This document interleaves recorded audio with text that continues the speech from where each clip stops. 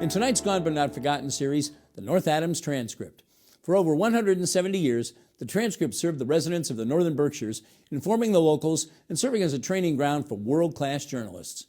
Connecting Point producer Tony Dunne and videographer Mark Langevin fire up the press one last time and turn the page back for a look at the storied history of what was once called the best small daily newspaper in New England.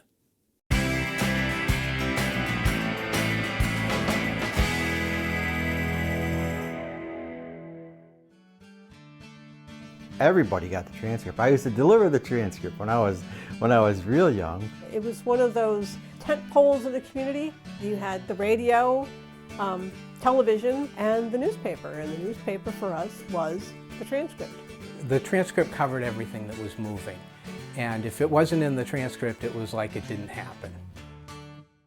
The Transcript at the time that I came there in January of '78 was really in the heyday of local journalism, I think, for newspapers. We had probably the equivalent of close to 30 full-time newsroom staff, which is huge for what at that time was about a 12,000 circulation newspaper. It was exciting. There's a lot of youth and energy there, a lot of people, again, learning the craft and having really good mentors. Everyone at the newspaper was very close. We were all very passionate about what we were doing.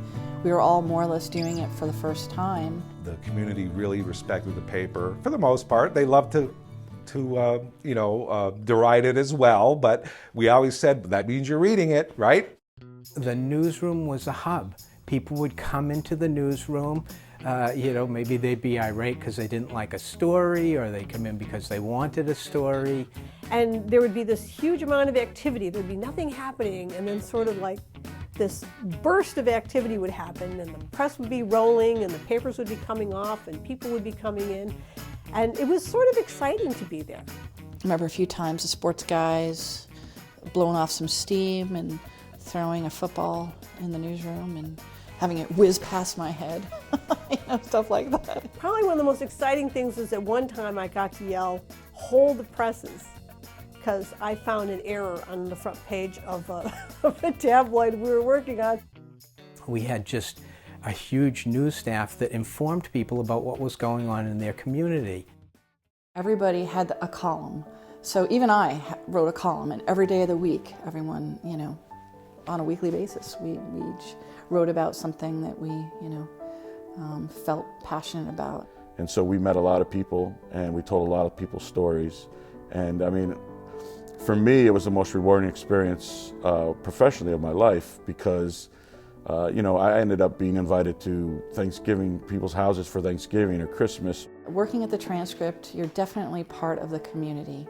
As a photographer, everybody knew who I was because I would have to go to these events and cover them. The Transcript photographer was a celebrity. I remember once they had a dream auction where people could bid on the job that they wanted, and I had the great pleasure to kid the mayor that they paid more than twice as much to be the Transcript photographer for a day as they did to be the mayor. The big thing would be to be in the Transcript. Randy Trayball, the legendary photographer, he would come around and he would take your picture when you were out sliding. He would take your picture when you were in the parade. He was a legend. Even I think this next generation still vaguely remembers Randy Trayball.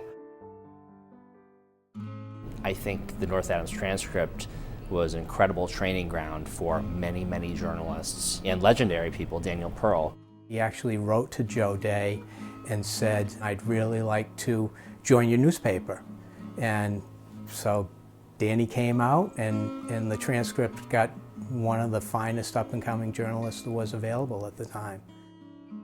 And I think everyone who works as a reporter for a place like the Transcript learns so much. Anybody who's coming out of college and isn't quite sure what they want to do and they can write, local newspaper is a great place to sort of settle in for a couple years and learn about how the world works. I don't think there's anything that could be more exciting and more fun than being at every important event there was in your area. We had the Williamstown Theater Festival, so we had people like Christopher Reeve, who you'd run into in downtown Williamstown. But I think those stories where you worked the hardest to get that story, those are the most rewarding. I can remember Joe Day had a huge editorial battle trying to keep the people who were running North Adams Regional Hospital from changing the name. And the Transcript in effect won because the name remained the same. So something like that, some small little interesting, controversial piece in a small town makes a big difference because it does change things. Day to day you went in, you never knew what you'd experience. You have a schedule and every reporters go out and they do their thing, and then a snowstorm comes, and then suddenly you have a paper to fill in the morning. Nothing's happening that night except snow. The October 4th snowstorm, that was my weekend to do the parade, and it turned out to be a 2-page spread from the snowfall. It was huge. I forget the year, maybe 84 or 85, there was a tractor trailer on Route 2, coming down Route 2 into North Adams, that couldn't make the turn at the hairpin turn, hit a wall, and it was a gasoline tanker and exploded into flames. It was a scene out of a war zone. It was unbelievable. It was my last day on the job, and it was really the only time I've ever been frightened for my life doing a job, because it was so otherworldly, and I thought this would be incredibly ironic to be done in on my final day and my final afternoon at the paper.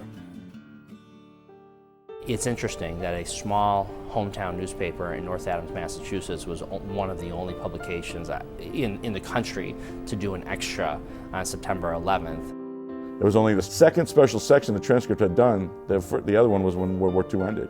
So it had been the first one they've really done a news special section since the end of World War II. Being able to report on local angles, people in Washington, people in New York City, you know, what they were going through. I'll never forget that day.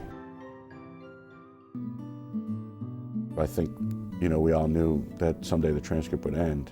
It wasn't a moneymaker for a long time. For years, a lot of ex-Transcript people that I still remain friends with, we used to joke about taking over the Transcript at some point. Of course, we were joking, but you know, when we heard that it was going to close down for good, we said, well, I guess we missed the boat. I guess we should have tried that. I think being at the Transcript was an amazing job for me, and being in the community which I live in and I care about. We lived here, we worked here, we walked down the streets. You know, when something happened in the schools, we were affected. When something happened at Town Hall, we were affected. People don't realize the extent to which the Transcript covered everything and was so integral to the North Berkshire community. It was a very good local paper, and in its heyday it was the best of the best.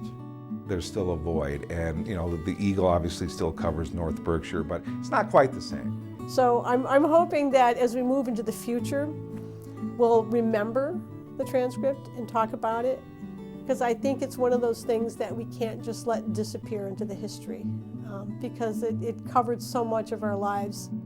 There is no paper that says North Adams Transcript anymore, but there's still a legacy.